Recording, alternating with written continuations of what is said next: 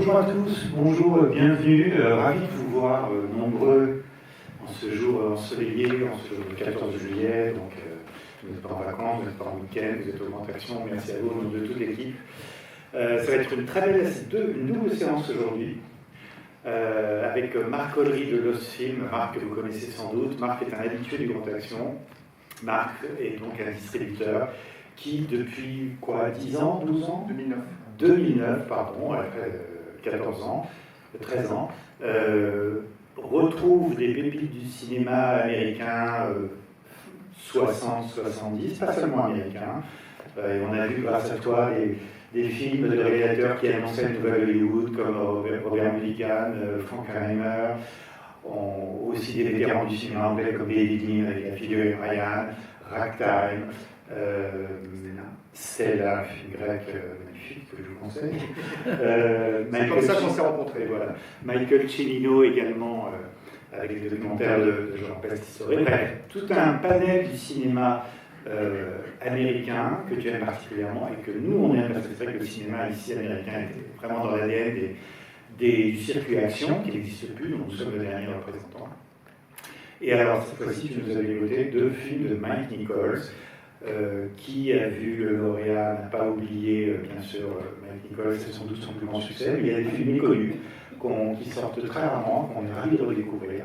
Et maintenant, tu vas nous en dire plus, et surtout, tu vas nous annoncer ce qui se passe après le film, parce que tu n'arrives jamais les mains vides.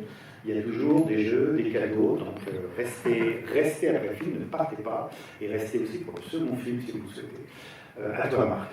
Merci Alexandre. Écoutez, je suis vraiment content que vous soyez venus ce jour de fête nationale 14 juillet. C'est toujours une belle séance, en fait, les jours fériés, il y a toujours des gens qui vont au cinéma. Que les gens soient pas là, finalement. Parce que voilà, ils sont disponibles. Pour aller vite, en fait, donc sortent 2 films ensemble ici dans cette salle le 20 juillet prochain, donc mercredi prochain. Donc là, c'est une double avant-première de Ce plaisir charnel et Le jour du dauphin. Je vais juste vous dire quelques mots, et moi, comment j'ai découvert ces 2 films-là. C'est vrai que ma société s'appelle Lost Film. Dans les 2 cas, il y en a un qui était très perdu, et l'autre un peu moins. Moi, j'aime beaucoup le cinéma américain, et c'est vrai que pendant la deuxième période de refermeture, pas cet hiver, mais l'hiver dernier, comme beaucoup de gens, privés de cinéma, j'ai regardé des choses que je n'avais jamais vues, et à la maison, j'avais un autre film en tête, de Mike Nichols, que j'ai découvert, qui s'appelle Catch-22. Pour aller très vite, Mike Nichols, ses 5 premiers films, dans l'ordre, c'est Qui a peur de Virginia Woolf, Le lauréat, Catch-22, Ce plaisir charnel, Catch-22 et Le jour du dauphin. Et quand j'ai découvert Catch-22, je me suis dit, tiens, je n'ai jamais vu Ce plaisir charnel, je n'ai jamais vu Le jour du dauphin, et je savais que Studio Canal était en train déjà de restaurer Ce plaisir charnel et travailler aussi sur Le jour du dauphin. Et donc j'ai tout de suite mis une option pour proposer Le jour du dauphin, mais c'était ça il y a déjà 15 mois à peu près. Et j'étais déjà en train de préparer le documentaire qu'on a beaucoup montré ici. Jusqu'à très récemment, le film de Jean-Baptiste Autoin sur Michael Cimino. Et donc depuis, Studio Canal a restauré les 2 films, les a édités en vidéo. Et maintenant, ils vont sortir enfin en salle. Et alors, qui a déjà vu Ce plaisir charnel parmi vous? Pas beaucoup. Super. Qui a déjà vu Le jour du dauphin? Encore moins. Pas beaucoup.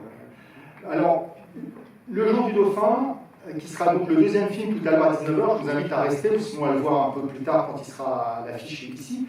Il est sorti en 73, en 74, il n'est jamais ressorti depuis, donc il est vraiment très rare. C'est pas un film qu'on voit souvent à la télé ou sur Canal ou autre. Enfin, voilà, c'est un film qui est vraiment sorti des radars.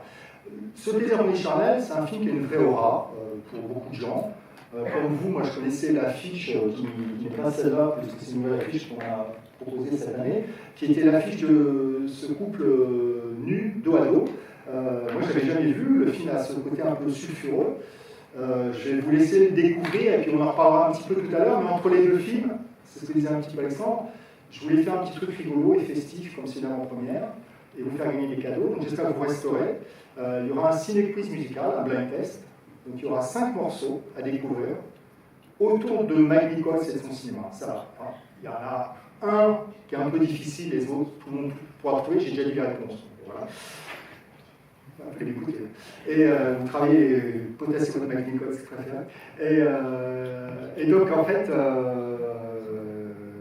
il y aura des cadeaux à gagner, une édition vidéo de chacun des deux films, le livre de Robert Merle qui est à l'origine du Jour du Dauphin, voilà, des badges, des petits magnets, un mug, voilà, plein de petites choses. Vous remplirez, il y aura un bulletin, voilà, il y aura pour chaque morceau de questions, 10 points maximum. On débrouillera ça, puis je vous donnerai des petits cadeaux, je vous les enverrai après par la poste ou autre, je prendrai vos contacts. Et juste pour vous laisser découvrir ce plaisir conditionnel, pour moi c'est un chef-d'œuvre. J'espère que vous partagerez aussi ce sentiment-là. La barre est haute. La barre est haute, mais je préfère annoncer la couleur. Le Jour du Dauphin, c'est un ovni, c'est un film qui a beaucoup de charme, mais qui est beaucoup plus impur, j'ai envie de dire. Ce plaisir conditionnel, pour moi, c'est vraiment le versant, l'autre face de la même médaille que le lauréat.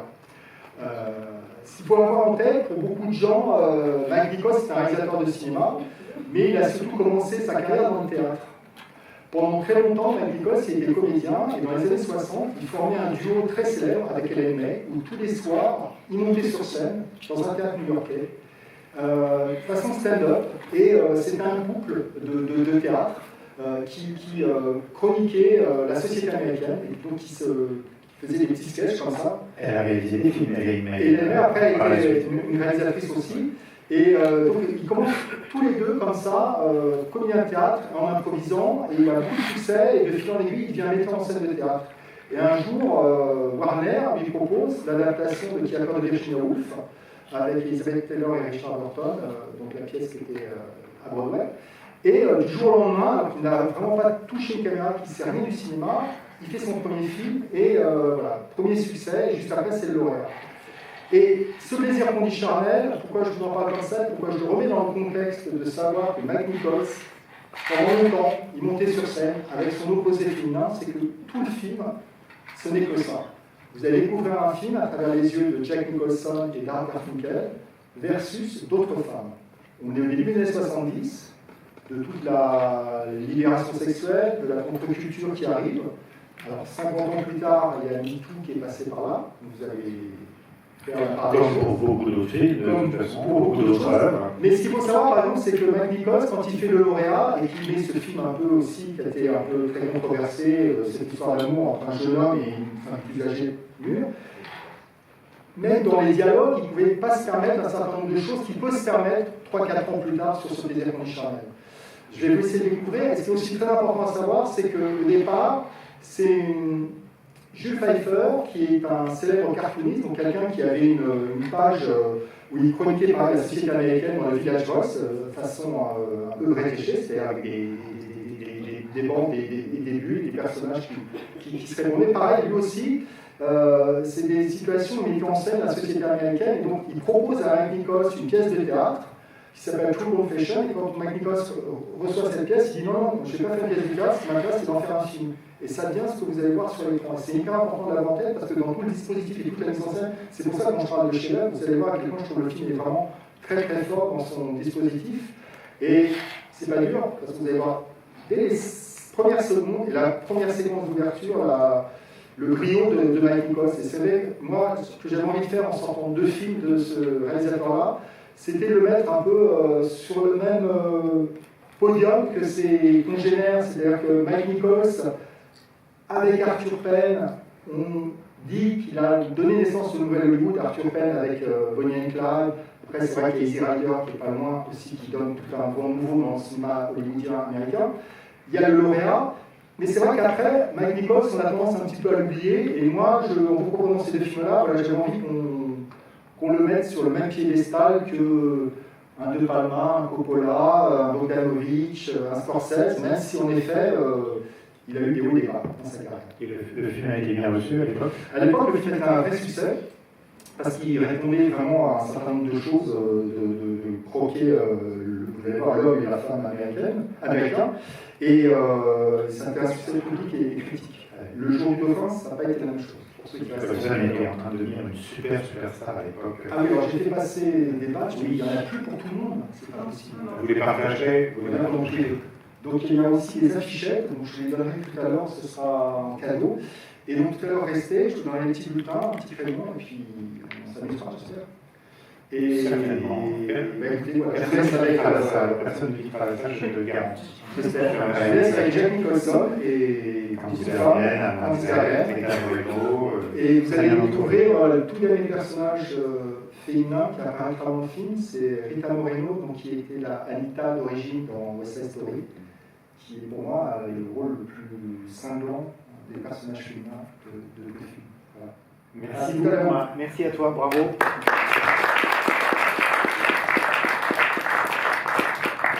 Très bonne projection.